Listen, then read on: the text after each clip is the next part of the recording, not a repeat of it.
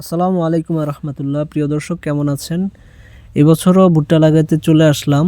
তবে এবছর ভুট্টা লাগাচ্ছি নতুন একটা জমি নিয়েছিলাম সেখানে। তো দেখেন, আমার মামা, উনি হলো আমার আম্মার চাচাতো ভাই।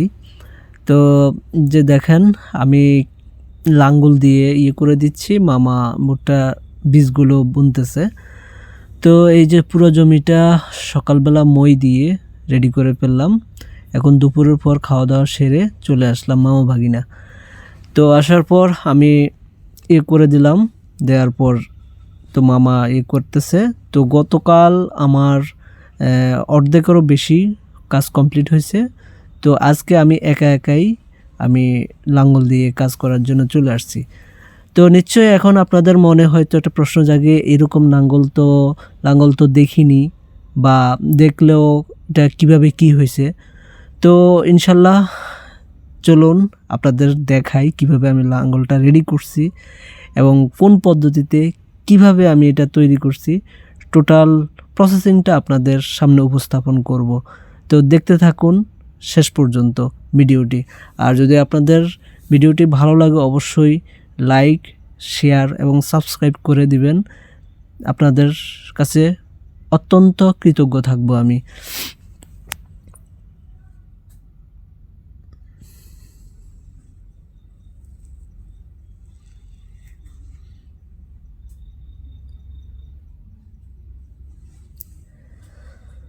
তো এই যে দেখতেছেন যে পাতটা, সেই পাতটা হলো এটা একটা স্প্রিং, মানে এটা গাড়ির একটা স্প্রিং দিয়ে আমি লাঙ্গল বানানোর পরিকল্পনাটা করছিলাম।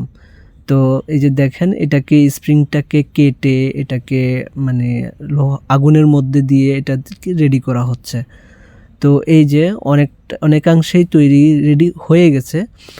তো তার উপরে, লাঙ্গলের উপরে যে একটা অ্যাঙ্গেল থাকবে, সেই অ্যাঙ্গেলটার কাজও আমি করতে দিয়ে আসছি ওয়ার্কশপে। তো কামারের কাছে লাঙ্গলের মূল যে অংশটা, যেটা দিয়ে মাটির মধ্যে করা হবে, সেটাকে রেডি করার জন্য চলে আসছি। তো দুইটা স্প্রিং আমি নিয়েছি, মানে 12 ইঞ্চি দুইটা স্প্রিং এই যে রেডি হয়ে গেছে। আমার লাঙ্গলের দুইটা শলা সেটা রেডি হয়ে গেছে। তো এখন আপনাদের দেখাবো এটাকে সম্পূর্ণভাবে কিভাবে অ্যাঙ্গেলের মধ্যে প্রস্তুত করা হয়, আর অ্যাঙ্গেলটা কিভাবে তৈরি করা হয়েছে, কত ইঞ্চির অ্যাঙ্গেল সেটা আপনাদের দেখাবো। এই যে দেখেন, অ্যাঙ্গেলটার প্রায় কাজ করে রাখছিল। তো আমি গিয়ে দেখি ওরা ফিনিশিং দিচ্ছে দিয়ে গ্রাইন্ডার মেশিন দিয়ে। আমি যে অ্যাঙ্গেলটা নিয়েছি এটার দৈর্ঘ্য হলো 26 ইঞ্চি। তো 26 ইঞ্চি নেওয়ার কারণ হলো, আমার যেহেতু 24 ইঞ্চির লাঙ্গলটা হবে, মানে দুইটা লাঙ্গলের শলা দুই মাথায় বসবে। তো এটার 24 ইঞ্চি এটার মাপটা হবে। তার মধ্যে আরও মাঝখানে আরও দুইটা লাঙ্গল যেন বসানো যায় ভবিষ্যতে, সেরকম স্পেস রেখে দিছিস, এবং সেই জায়গাগুলো হোলগুলো করে রাখছি যেন আমার অন্য কাজে আমি এই লাঙ্গলটা ইউজ করতে পারি এবং একসাথে অনেকটুকু কাজ যেন করতে পারি, সেই জন্য আমি এই ব্যবস্থাটা করে দিছি। তো এটাই হলো আমার লাঙ্গল তৈরির মূল ভিডিও। তো দেখেন, এর মধ্যে আমার এই বাকি জায়গাটুকু আমার লাঙ্গল করা শেষ, মানে কেল করা শেষ। তো এখন আমার কাজ হলো, কেল যেহেতু করা শেষ, এখন ভুট্টার বীজগুলো মানে দিয়ে দিব কেলের মধ্যে, সারি সারি দিয়ে দিব যতটুকু স্পেস। তো এখন আপনাদের কাছে প্রশ্ন আসতে পারে, আমি কিভাবে জমিটা মানে সাজাইছি এবং কি সার এই জমিতে দিয়েছি। তো প্রথমে আমি প্রচুর পরিমাণে গোবর, যেটা জৈব সার, সেটা দিয়েছি। এখানে আমার প্রায় 40 ওরা আমি জৈব সার ছিটাই দিছি।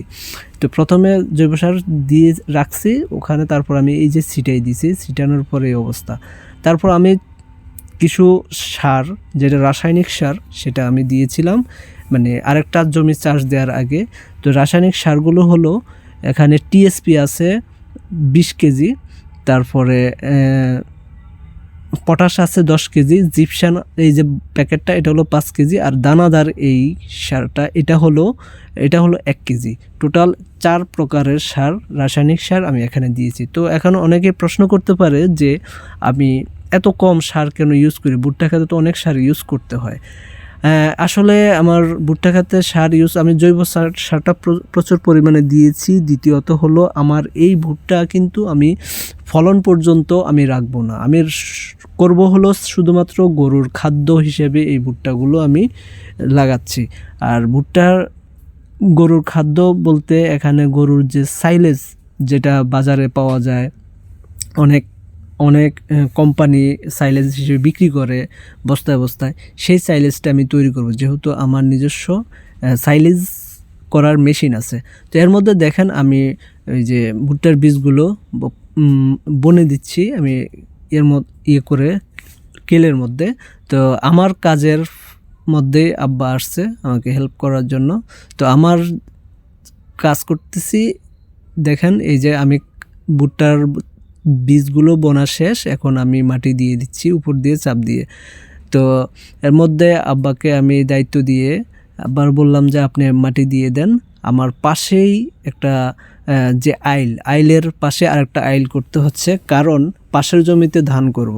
তো এখন ধান করলে যে পানি, ধানের যে পানি অনেক পানি চলে আসবে, যার কারণে আমি এখানে আরেকটা আইল তৈরি করে দেব। তো আমার আইলও তৈরি করা শেষ, এটা অনেক করে দিয়ে দিছি। তো আশা করি এদিকে পানিটা তেমন আসবে না, যদি অ্যাক্সিডেন্টলি হয় তাহলে আসতে পারে, বাট নর্মালি আসার কোনো সম্ভাবনা নাই।